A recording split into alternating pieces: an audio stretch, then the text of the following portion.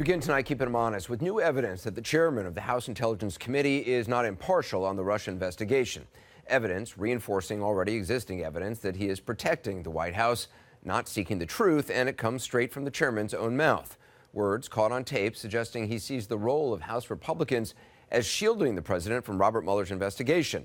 MSNBC aired the secretly made recording, which it says was obtained by a progressive group called Fuse Washington at a private fundraiser for Congresswoman Kathy McMorris Rodgers. Now, here's a portion. This is Congressman Nunes speaking, well, shall we say, his truth. So therein lies, so it's like your classic catch-22 situation where, I mean, we're at this what puts us in such a tough spot. If Sessions won't unrecuse and Mueller won't clear the president, we're the only ones. Which is really the danger. That's why I keep, and thank you for saying it, by the way. I mean, we have to keep all these things. We have to keep the majority. If we do not keep the majority, all of this goes away. Now, if this were an isolated statement, it might be seen differently, perhaps merely as a partisan politician at a partisan fundraiser making a partisan speech in the run-up to midterm elections. However, keep it honest, this is not one of a kind. It's really part of a pattern from Nunes. You'll remember, for example, the chairman's revelation, and we'll put that in quotes, back in March of last year, that U.S. spy agencies had, in the chairman's words, quote, incidentally collected information about U.S. citizens involved in the Trump transition. He was, he said, alarmed by it. So alarmed that he rushed the White House to brief the president and reporters. And the president needs to know that these intelligence reports are out there, and I have a duty to tell him that. Yeah, so it later turned out that he'd gotten those so-called intelligence reports from the White House itself, from a secret visit he'd made there the night before. And just to underscore, this stunt, which is what it was revealed to be, and these allegations, which were later refuted by Democrats and Republicans with knowledge of them, came just a couple weeks after the president famously tweeted this. Terrible. Just found out that Obama had my wires tapped in Trump Tower just before the victory. Nothing found. This is McCarthyism. Funny how that allegation neatly dovetails with the chairman's subsequent stunt. And again, this is not an isolated incident. Even after he was forced to recuse himself from his committee's Russia probe, he continued to influence it, squashing Democratic attempts to call witnesses and subpoena records. Additionally, he launched his own campaign to investigate the investigation itself and the people doing it, which also seemed to please the president, who gave him a big ol' attaboy. A very courageous man. He's courageous. Congressman Devin Nunes. Thank you very much, Devin, for being here. Appreciate it.